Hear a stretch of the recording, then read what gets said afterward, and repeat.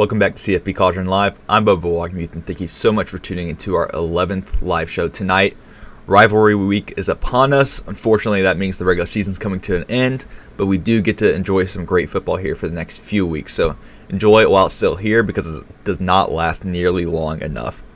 So I'm excited about tonight's show. It's going to be a little shorter just because tomorrow's Thanksgiving, but we are going to talk about our bets from last week, our bets this upcoming week, and then we're going to do full game breakdown of Ohio State at home against Michigan this week. So super stoked about that. So let's get right into it tonight. So our bets from last week. Didn't have a great week. We went 1-4 last week. Let's just go through each of these games really quick. UConn at Army. It's tough because early in the game, UConn had a punt block that Army got for a touchdown. UConn also earlier in the game got stuffed on the 1 yard line, 4th and goal, turned the ball over. You can't leave 14 points on the board like that. And those 14 points, if UConn hadn't allowed those or had gone in the end zone, would have allowed them to cover. But it's tough. So that game was a loss. TCU Baylor was a loss, but man, what a fantastic game that was. I thought it was really interesting because if anyone's ever played football before, you know if you're in a situation like that where the kicker or the punt team has to come out onto the field quick, you have to get, or if you're changing personnel, that personnel that's coming into the game is going to be right there on the sideline, ready to go in the next play. So the fact that the TCU kicker was probably back by the net over around the 50-yard line when he had a 40-yard field goal absolutely amazed me, but it's still an awesome kick. Great win for the Horned Frogs there, but we did lose the bet. Iowa at Minnesota. So this game actually got off to a quick start. They got 17 points quick.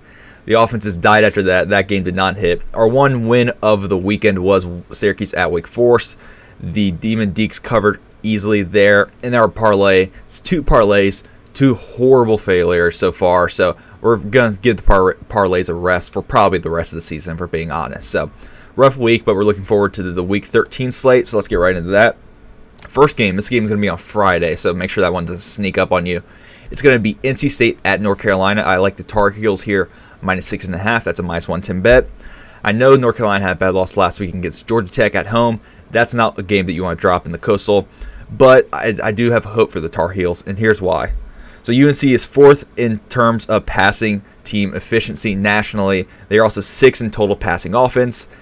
The NC State defense is a good unit, but they struggle to stop the pass. They're a pretty average pass defense. They are 68th nationally in passing yards allowed. Also, NC State offense hasn't looked great. The team's dropped their last 2 games to Boston College and Louisville, and they haven't scored more than 30 points since September, the first month of the season. This offense doesn't look good. I don't think they slow North Carolina down as much as they need to. I think the Tar Heels cover that 1 touchdown spread there.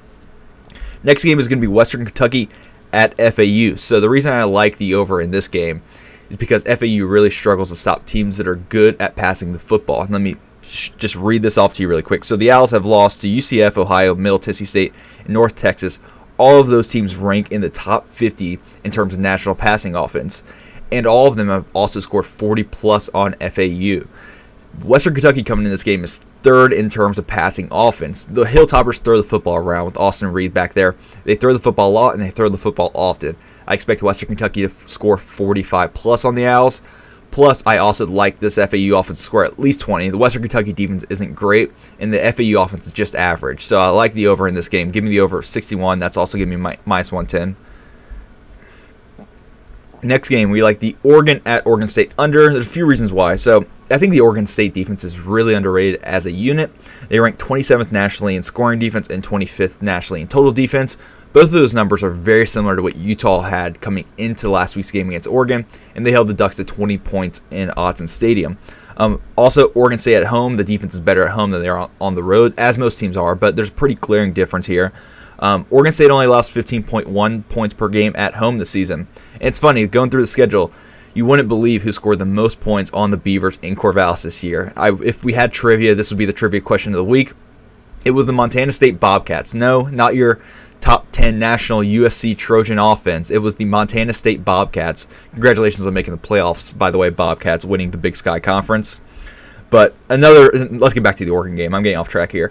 But yeah, so another thing is Bo Nix's health. How healthy is Bo Nix heading into this game? He obviously played last week, not 100%. I don't know if he's 100% in this week either. So give me the under in this game. Plus, you never know with the weather in Corvallis. It's probably going to be really ugly. I checked a few days ago. There's not projected rain, but it's always a rain in Oregon, it feels like. So give me the under in that one. Next one, Iowa State at TCU. So this total is pretty low, but if you watch Iowa State, you understand why. And the TCU offense hasn't looked as electric as they have been in the past 2 weeks. But also TCU is a much better offense at home than they are on the road. So the Horned Frogs average 45.8 points per game at home, and they haven't scored less than 34 once. They scored 34 against Kansas State, who's also a really good defensive unit. The Iowa State offense is not good, but they're not nearly as bad as a lot of people think they are. They rank 81st nationally in total offense, which, like I said, not good. It's below average, but it's also enough to get some points against a not great TCU defense either. So TCU ranks 79th in total defense. I like the Cyclones to get at least a handful of points on the board, whether it's 17-21. I like TCU to do the rest, so give me the over of 47.5. That's also going to be minus 110. And the last bet we have this weekend is Washington at Washington State. I like Washington minus 2. That's a minus 105 bet. There's really one reason why I like Washington here, and it's because of the Washington State pass defense. So coming into this game, Washington State ranks 97th in passing yards allowed per game. Who's coming to town? Just your number one ranked Huskies passing offense. Washington is first nationally in passing yards per game. They come in against a subpar pass defense. I like the Huskies here at home. So those are our Week 13 bets. Hopefully we have better luck this week. Bet them or don't. Doesn't make a difference to me. So we're going to get into our full game breakdown. So this has been a game that's been circled on people's calendars for a long time. If you've been just tracking college football, you knew that these two teams would basically play virtual play-in to the college football playoff. So what separates both these teams? What do each of these teams do well? If you haven't watched either of these teams too much, or you don't know their identity, I think this is a great show for you to be watching tonight, or even the replay before the game, because I'm just going to talk about what the strengths and weaknesses of each team are. So let's get into it. We're going to start with the visitors. So we're going to start with the Michigan Wolverines. So the Michigan defense is very good. I mean, I just listed some statistics up here. Michigan is second in rush yards per game allowed, second in scoring defense, first in total defense, fifth in passing yards allowed per game, and second in pass defensive efficiency. So like I said, all those lead to tell you that the Michigan defense is a very good defensive unit. Now, I think those numbers are maybe a little biased just because of the teams Michigan has played. And I dug pretty deep into this yesterday. Michigan has played some horrible offensive teams, and just take a look at this. So Michigan has played only one team in the top 65 of total scoring offense. That is one team in the top half of the country in scoring offense, and that was Penn State. Now, the Wolverines did have a good showing against Penn State, but it's a very small sample size. They only had one game against a team in the top half of the country in scoring offense. 6 of 11 of Michigan's opponents rank outside the top 100 in scoring offense. Teams like Colorado State, Hawaii, UConn, Rutgers, Iowa, all rank outside the top 100. That's over half of Michigan's opponents to this point of the year are well below the bottom third in the country in scoring offense. The average rank of Michigan's opponents' points per game is 96. So if you were to line this Michigan defense up against their opponents and just take an average of all their opponents, that is the 96th ranked scoring offense in the country. Now, Ohio State isn't great, but Ohio State is a lot better than Michigan's, and a lot of teams are a lot better than Michigan's. Michigan is also susceptible to allowing big passing plays, ranking 73rd in yards per completion. Now, like I said, the Michigan defense is great at limiting offensive passing efficiency, which is why the defensive passing efficiency number is so high. They're number 2 in the country. But when teams do get completions, they tend to go for a decent gain. Michigan's below average in that statistic. So that tells you that Michigan is a little susceptible to allowing big passing plays. So let's just move on to the Michigan offense really quick. I put a lot about the defense, but let's just talk about the offense really quick. The offense scores well, top 10 in the country in scoring offense, 4th in the country for rushing yards per game, and 99th in pass yards per game. Now, you may say 99 pass yards per game. They're just not a good passing team. Well, they're ranked 30th in passing efficiency. So it's not that they can't throw the football, so they don't really need to throw the football, or don't have a want to throw the football. Michigan's absolutely going to run the football if they can. The only time they're going to throw the football is when you make them. So we'll talk a little bit more about Michigan when we do our keys to the game, but let's talk about the Buckeyes here for a little bit.